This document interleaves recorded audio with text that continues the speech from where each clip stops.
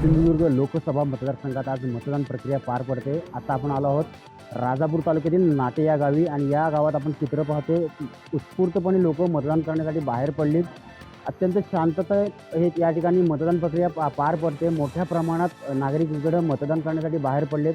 मतदानासाठी महिला असतील पुरुष असतील सर्वांच्या लांबच लांब रांगा लागलेले चित्र आपल्याला पाहायला मिळते।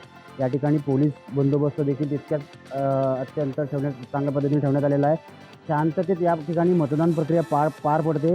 दुपारी सकाळी 11 वाजेपर्यंत जिल्ह्यात जवळजवळ 21% मतदान झालं होतं। आता जसा वेळ पुढे जाते तशी मतदानाची आकडेवारी देखील वाढत चाललेली आहे। हेच चित्र संध्याकाळपर्यंत आपल्याला पाहायला मिळणार आहे।